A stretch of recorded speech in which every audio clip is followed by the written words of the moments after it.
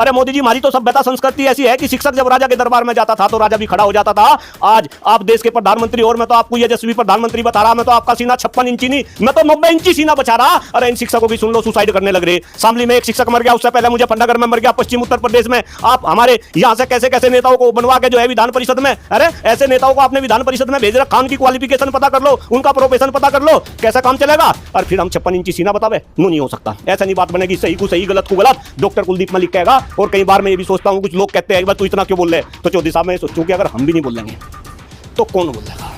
किस तरीके से टीचरों के ऊपर भी लाठी बरसाई जा रही, विद्यालय बंद करे जा रहे, मधुशाला खोली जा रही, महंगाई कम नहीं हुई, भ्रष्टाचार कम नहीं हुआ, 2 करोड़ युवाओं को रोजगार नहीं मिला, गंगा निर्मल नहीं हुई, किसानों की आमदनी दुगनी नहीं हुई, 100 स्मार्ट सिटी नहीं बने, और भाई बुलेट ट्रेन नहीं चली। और चौधरी साहब और का क्या क्या गिनवाओ, अभी बताओ, अभी 56 इंची सीना रहेगा क्या?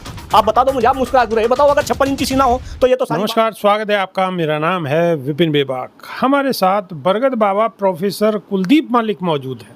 मलिक साहब, स्वागत है। धन्यवाद चो साहब। बिहार के अंदर चुनाव है मलिक साहब, लेकिन चुनाव आयोग बिल्कुल हट धर्मिता पे अड़ा हुआ है कि SIR करवा कर रहेंगे, और विपक्ष कह रहा है कि SIR करवा रही हो, स्वागत है, लेकिन SIR में कम से कम आधार कार्ड को आप मान्यता दीजिए, वोटर ID कार्ड को दीजिए या पासपोर्ट को दीजिए।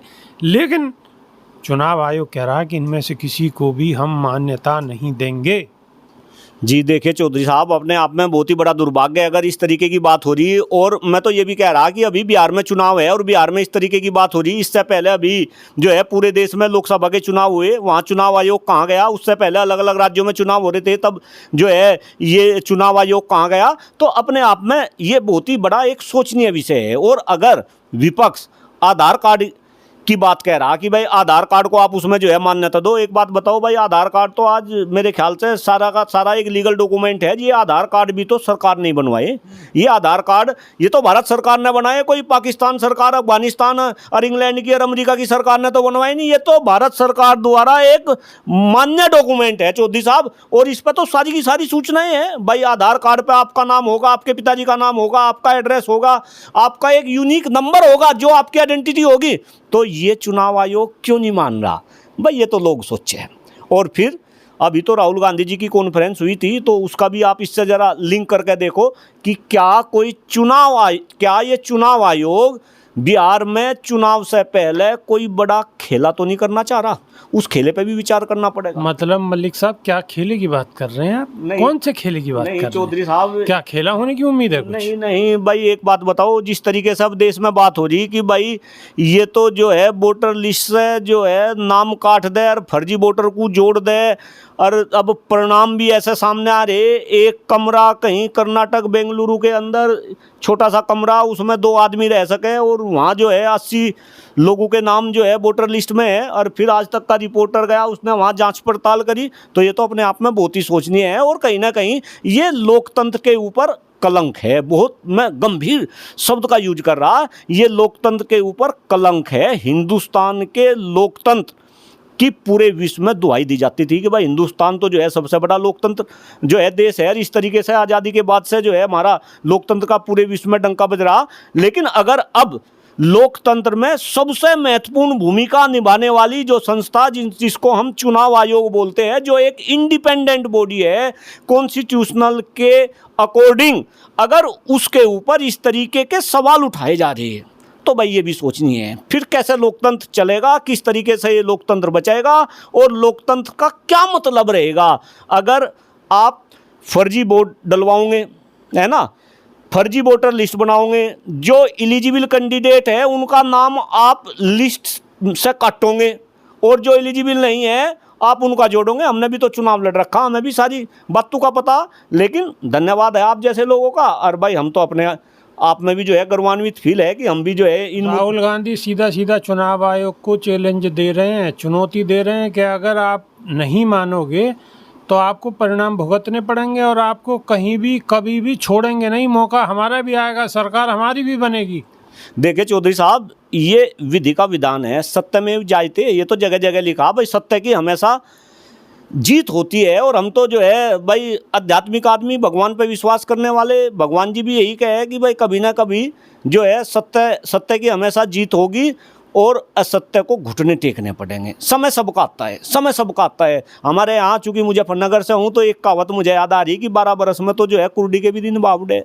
तो देखो समय सबका आवे, और जब समय आवेगा तो फिर मेरे ख्याल से जो भी अधिकारी है, फिलहाल राहुल गांधी जी ने भी उसकी बात करी। अब ऐसा नहीं कि मैं राहुल गांधी जी की कोई तारीफ कर रहा है, कुलदीप मलिक तो जो सच्चाई का जो है सच्चाई को उजागर कर रहा। आप ये देखो, अगर राहुल गांधी जी इस सरकार के अंदर जहां कोई बोल नहीं सकता, इतनी बड़ा प्रूफ के साथ में प्रेस कॉन्फ्रेंस करके पूरे हिंदुस्तान को झकझोरने का काम कर रहे हैं, और चुनाव आयोग जैसी संस्था को वो चैलेंज कर रहे खुले रूप में, तो भाई उस आदमी का कितना बड़ा कलेजा होगा, जरा ये भी हिंदुस्तान के लोग सोचें। अपने आप में बहुत बड़ी बात। 56 इंची से बड़ा है क्या? अब चौधरी साहब ये तो देखना पड़ेगा। अब तो 56 इंची कहाँ रह रहा, देख लो अभी ट्रम्प का क्या चल रहा, 50% वो लगा दिया, विदेश नीति कहाँ गई, टैरिफ लगा दिया, विदेश नीति कहाँ गई, बेरोजगार हाहाकार कर रहे, बच्चे जो है उन पर लाठियाँ बरसाई जा रही है। एसएससी के एग्जाम में अभी आपने देखा होगा, आप तो दिल्ली के पास ही रह रहे, किस तरीके से टीचरों के ऊपर भी लाठी बरसाई जा रही, विद्यालय बंद करे जा रहे, मधुशालाएँ खोली जा रही, महंगाई कम नहीं हुई, भ्रष्टाचार कम नहीं हुआ, 2 करोड़ युवाओं को रोजगार नहीं मिला, गंगा निर्मल नहीं हुई, किसानों की आमदनी दुगनी नहीं हुई, 100 स्मार्ट सिटी नहीं बने, और भाई बुलेट ट्रेन नहीं चली। और चौधरी साहब और का क्या क्या क्या गिनवाऊँ, अब भी बताओ, अब भी 56 इंची सीना रहेगा क्या? आप बता दो मुझे, आप मुस्कुरा क्यों रहे, बताओ। अगर 56 इंची सीना हो तो ये तो सारी बात कहने की है। और भाई 15 करोड़ का तो जुमला था ही। खैर, मैं तो एक शिक्षक हूँ, शिक्षक होने के नाते भाई मैं तो निवेदन कर रहा, मोदी जी देखो, कुछ बचाओ ना बचाओ, इस देश में शिक्षा व्यवस्था को बचा लो, हम शिक्षकों को बचा लो।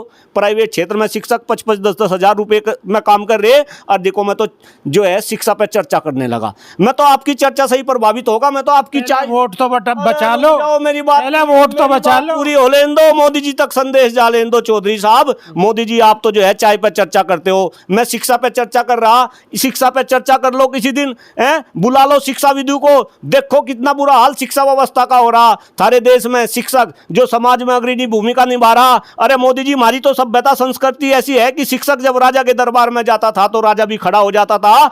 आज आप देश के प्रधानमंत्री, और मैं तो आपको यशस्वी प्रधानमंत्री बता रहा, मैं तो आपका सीना 56 इंची नहीं, मैं तो 90 इंची सीना बचा रहा। अरे इन शिक्षकों की सुन लो, सुसाइड करने लग रहे। शामली में एक शिक्षक मर गया, उससे पहले मुजफ्फरनगर में मर गया, पश्चिम उत्तर प्रदेश में। आप हमारे यहां से कैसे कैसे नेताओं को बनवा के जो है विधान परिषद में, अरे ऐसे नेताओं को आपने विधान परिषद में भेज रखा, उनकी क्वालिफिकेशन पता कर लो, उनका प्रोफेशन पता कर लो, कैसा काम चलेगा।